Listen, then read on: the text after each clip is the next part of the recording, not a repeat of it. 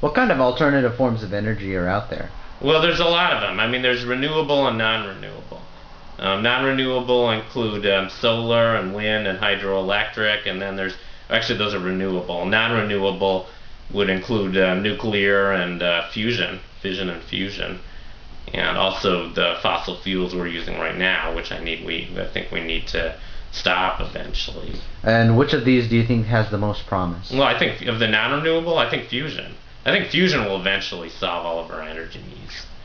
And we're talking a long term. We're talking probably not until about the year 2000. Well, why will it meet all of our needs? Well, because it's a virtually limitless supply of energy. I mean, it requires hydrogen fuel. Hydrogen is one of the most abundant elements on Earth. It's just one of the two elements in water, and of course there's water everywhere.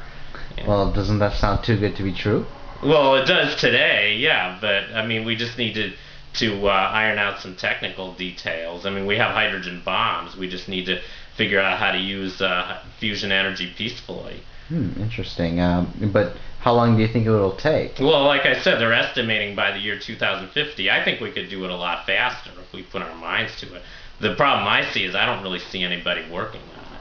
But I think it is imperative that we develop alternative forms of energy. I think fusion in the long run is our best bet. I'd really like to see much more done on that. But by 2050, I don't think it's going to help much, at least for folks that are around right now. Well, yeah, we're going to have a lot of problems in the meantime. That's why before then we need to conserve energy and we need to develop alternative forms of energy that we already have. hmm And what kind of conservation are you talking about? Well, people don't need to drive so much, for one thing.